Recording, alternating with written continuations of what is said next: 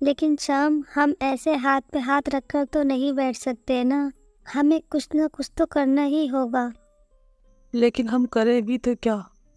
शाम में ब्रेड पकौड़ा बहुत अच्छे से बना लेती हूँ, क्यों ना मैं ब्रेड पकौड़ा बनाकर बेचूं। आइडिया तो अच्छा है, लेकिन मेरी तबीयत तो ठीक नहीं रहती, मैं तुम्हारा ज़्यादा साथ नहीं दे सकता। कोई बात नहीं जी, बस आप ग्राहकों से हिसाब किताब लेते रहना, बाकी मैं सब कर लूँगी। रीना के पति को एक बहुत बड़ी बीमारी थी और जिसके लिए रीना को बहुत सारे पैसों की ज़रूरत भी थी।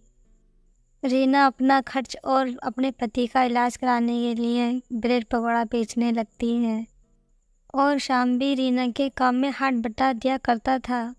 शुरू शुरू में तो रीना के ब्रेड पकौड़े बहुत कम बिकते हैं, लेकिन जैसे ही लोगों को पता चल जाता है, लोग धीरे धीरे करके रीना के ठेले पर आना शुरू कर देते हैं।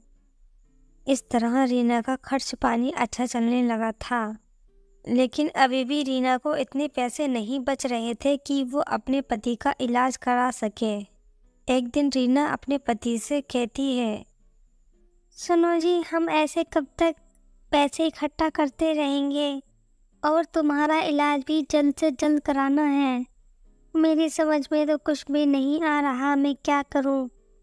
और अपनी ब्रेड पकौड़ा भी इतने नहीं बिक रहे हैं कि अच्छी खासी आमदनी हो सके। वो दोनों बातें कर ही रहे थे, तभी एक गरीब आ जाता है। बहन जी, मैंने कई दिनों से कुछ भी नहीं खाया है, आप कुछ खाने को दे दो। रीना को उस गरीब पर ख्याल आ जाता है और वो रीना उस गरीब को एक ब्रेड पकौड़ा दे देती है और वो गरीब ब्रेड पकौड़ा खाकर खुश हो जाता है।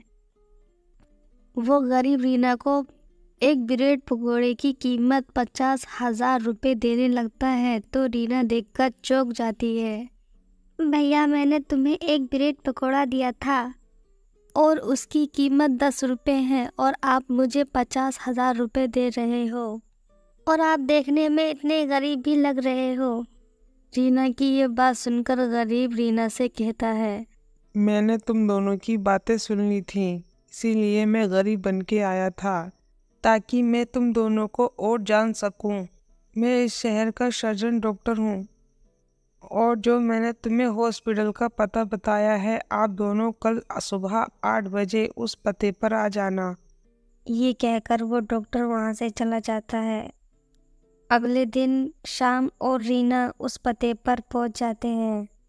शाम का अब फ्री इलाज होता है और शाम कुछ ही दिनों में ठीक भी हो जाता है, और अब रीना ब्रेड पकौड़ा बेचकर अपना घर का खर्च चलाती है।